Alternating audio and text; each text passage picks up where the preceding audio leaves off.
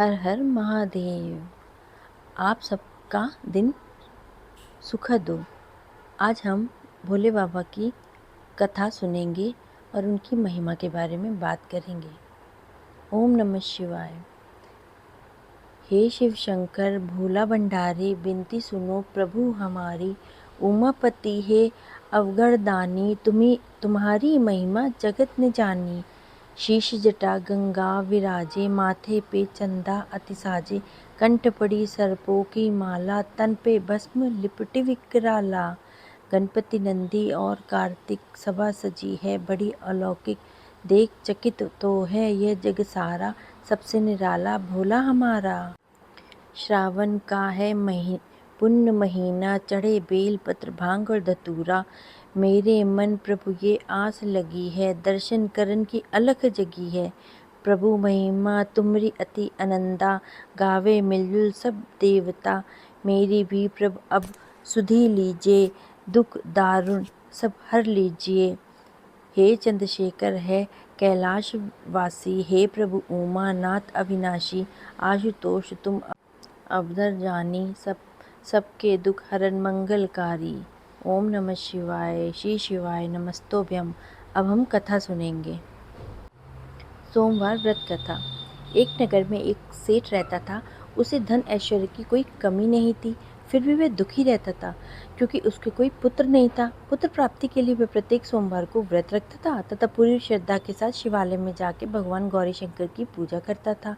उसके भक्ति भाव से पार्वती माता बहुत ही प्रसन्न हो गई और एक दिन अच्छा अवसर देख के उन्होंने शिव जी से विनती करी, स्वामी ये नगर का सेठ आपका परम भक्त है, नियमित रूप से आपका व्रत रखता है, फिर भी पुत्र के अभाव से बहुत पीड़ित है, कृपया करके इसकी मनोकामना पूर्ण करिए। दयालु पार्वती जी की ऐसी इच्छा सुन करके भगवान शंकर ने कहा, पार्वती यह संसार कर्म भूमि है, इसमें जो जैसा करता है वो वैसा ही भरता है और इस साहूकार के भाग में पुत्र सुख नहीं है। शंकर के इनकार करने के बाद पार्वती जी निराश हो गई और उन्होंने शंकर भगवान से आग्रह किया और बोला, नहीं प्रभु आप इसका मुराद को पूरा करिए, साहूकार को पुत्र देने के लिए तैयार हो जाइए। भगवान शंकर ने पार्वती से कहा, तुम्हारी इच्छा है तो मैं इसको पुत्र प्रदान कर देता हूँ, लेकिन उसकी आयु सिर्फ 12 वर्ष की होगी। संजोग से नगर का सेठ गौरी और शिव जी की बातें सुन रहा था। समय आने पे नगर के सेठ को सर्व सुख संपन्न पुत्र रत्न की प्राप्ति हुई।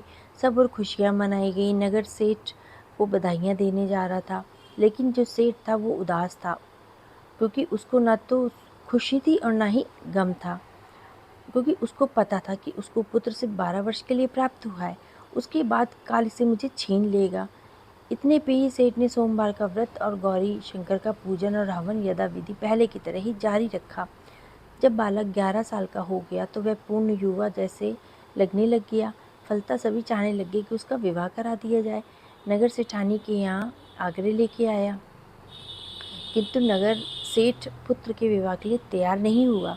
उसने अपने साले को बुलाया और आदेश दिया कि वह पर्याप्त धन लेके पुत्र सहित काशी की तरफ चला जाए, रास्ते में भजन दान दक्षिणा और यज्ञ करता हुआ जाए। मामा भांजे काशी के लिए रवाना हो गए। दान दक्षिणा दे के दीनहीन दुखियों के उनको दान दक्षिणा देते हुए वे काशी की तरफ बढ़ गए। एक नगर में उनका पड़ाव पड़ा था। उस दिन उस नगर के राजा की कन्या का विवाह था और बारात भी आ चुकी थी, किंतु वर पक्ष इस बात से भयभीत था क्योंकि जो वर था वो आँख से काना था। उन्हें एक सुंदर युवक की आवश्यकता थी। गुप्तचरों से राजा को जब सेठ के पुत्र के बारे में गुणों के बारे में पता चला तो उन्होंने विवाह के पहले सेठ के लड़के को बुलवाया और दूल्हा बना दिया और बहुत सारा धन देने के लिए कहा। इस बात के लिए वो राजी हो गया। नगर सेठ का लड़का इस बात के लिए जब राजी हो गया तो कन्या पक्ष के लोगों ने राजा की पुत्री के भाग की बहुत सराहना की कि उसे तो इतना सुंदर वर मिला है। जब सेठ का पुत्र विदा होने लग गया तो उसे राजा की पुत्री की चुनरी में लिख दिया कि तुम्हारा विवाह मेरे साथ हुआ है और मैं राजा का लड़का ना होकर नगर सेठ का पुत्र हूँ और मैं विद्या अध्ययन के लिए काशी जा रहा हूँ। राजा का लड़का तो काना है। राजा की लड़की ने अपनी चुनरी पे जब ये लिखा हुआ देखा और पढ़ा तो विदा के समय उसने काने लड़के के साथ जाने से मना कर दिया। फलता राजा की बारात खाली वापस लौट गई। नगर सेठ का जो पुत्र था वो काशी जाके पूरी श्रद्धा और भक्ति के साथ विद्या अध्ययन में जुट गया। उसके मामा ने यज्ञ और दान पुण्य का काम जारी रखा। जिस दिन लड़का पूरे 12 वर्ष का हो गया उस दिन भी उन्होंने यज्ञ का आयोजन किया था।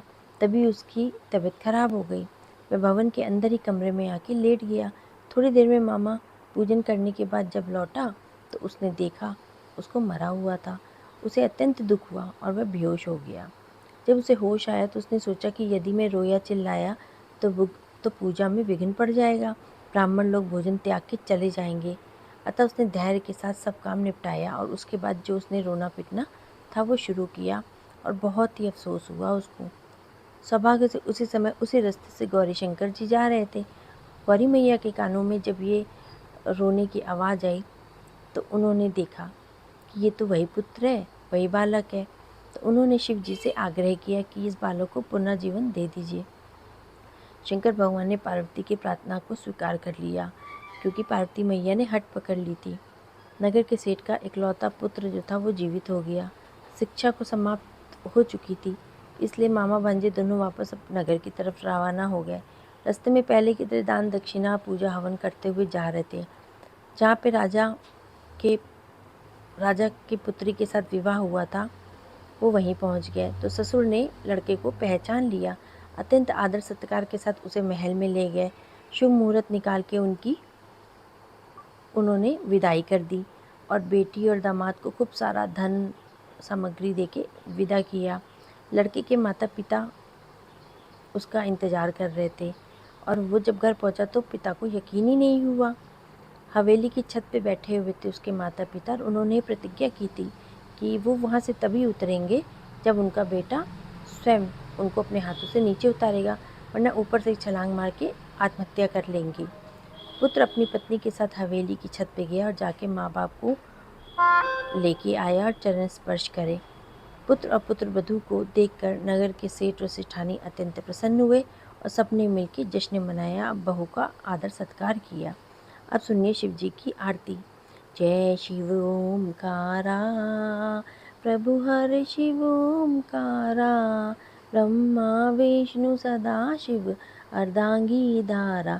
ओम जय शिव ओमकारा एकानन चतुरानन पंचानन राजे, हंसानन गरुड़ासन विश्वाहन साजे।